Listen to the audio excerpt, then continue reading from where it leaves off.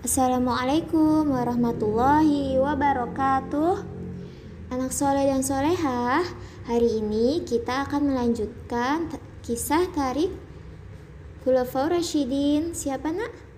Utsman bin Affan yang bagian ketiga. Anak soleh dan solehah harus diperhatikan ya. Yuk kita mulai.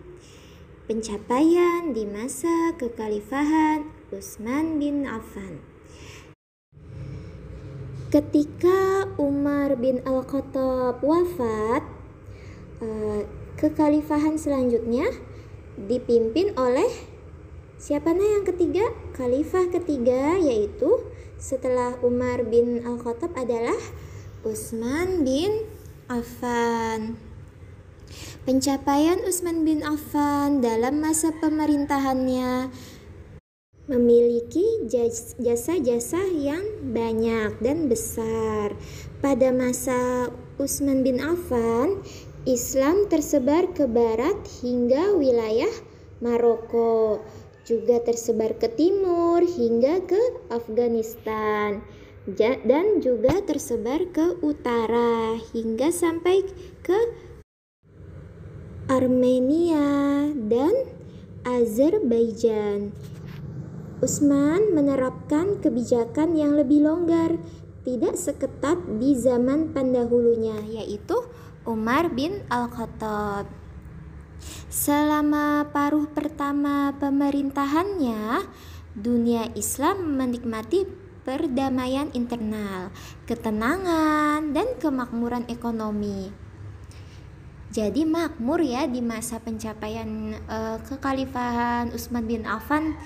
Selama itu kontribusi paling menonjol di masa kekhalifahan Utsman adalah penyeragaman bacaan Al-Quran. Jadi bacaan Al-Qurannya disamakan, begitu ya nak. Karena populasi muslim tersebar di wilayah yang luas, banyak orang dari budaya lain di negeri nan jauh yang masuk Islam. Kebutuhan untuk menyeragamkan bacaan Al-Quran sangat perlu dibutuhkan. Al-Quran dibaca dengan dialek, logat, dan bahasa yang sama. Saat itu hanya tersisa satu kopi bacaan Al-Quran yang dibukukan di masa kekhalifahan Abu Bakar.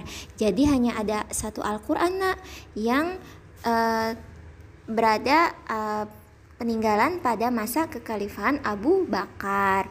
Mushaf Al-Quran tersebut disimpan di kediaman Ummul Mukminin Hafsah radhiyallahu anha, yaitu siapa? Putri Umar bin Al-Khattab. Utsman bin Affan meminta Al-Quran tersebut kepada Hafsah untuk dipublikasi atau disebarkan ya. Kemudian membentuk tim yang terdiri dari Zaid bin Sabit, Abdullah bin Az-Zubair, Sa'ad bin Al-As, dan Abdurrahman bin Al-Haris. Merekalah yang ditugaskan untuk menyalin Al-Quran. Jadi tulisan Al-Quran yang ditemukan di rumah Hafsah itu disalin nak sama sahabat-sahabat Nabi yang itu tadi disebutkan oleh Bu Guru ya. Setelah selesai, salinan asli dikembalikan ke Hafsah. Sementara salinan yang baru yang ditulis tadi oleh sahabat-sahabat Nabi yang lain dikirim ke berbagai negara Islam yang baru. Negara Islam yang baru sangat luas ya nak ya pada masa kekhalifahan Utsman bin Affan. Al-Quran tersebut dijadikan pedoman untuk membaca, belajar, menghafal, dan mengajarkan Al-Quran. Prestasi besar lainnya adalah Utsman membuat Angkatan Laut Muslim pertama. Masya Allah, Angkatan Laut Muslim pertama nak. Ekspedisi militer Muslim di laut berlayar untuk pertama kalinya di bawah kekhalifahan Utsman. Utsman bin Affan adalah sosok yang tak habis diceritakan dan dikagumi. Jadi anak soleh dan solehah, kita harus mengambil teladan dari sosok Utsman bin Affan. Di antaranya adalah apa, Nak? Di antaranya Utsman bin Affan sangat rendah hati, tidak sombong, dan suka berbagi walaupun dia kaya raya. Walaupun kaya raya, Utsman suka berbagi kepada orang-orang ya yang membutuhkan, juga tidak sombong ya. Contohnya apa? Utsman bin Affan pernah membeli sumur dan diwakafkan untuk para masyarakat atau kaum muslimin yang sedang hijrah ke Madinah.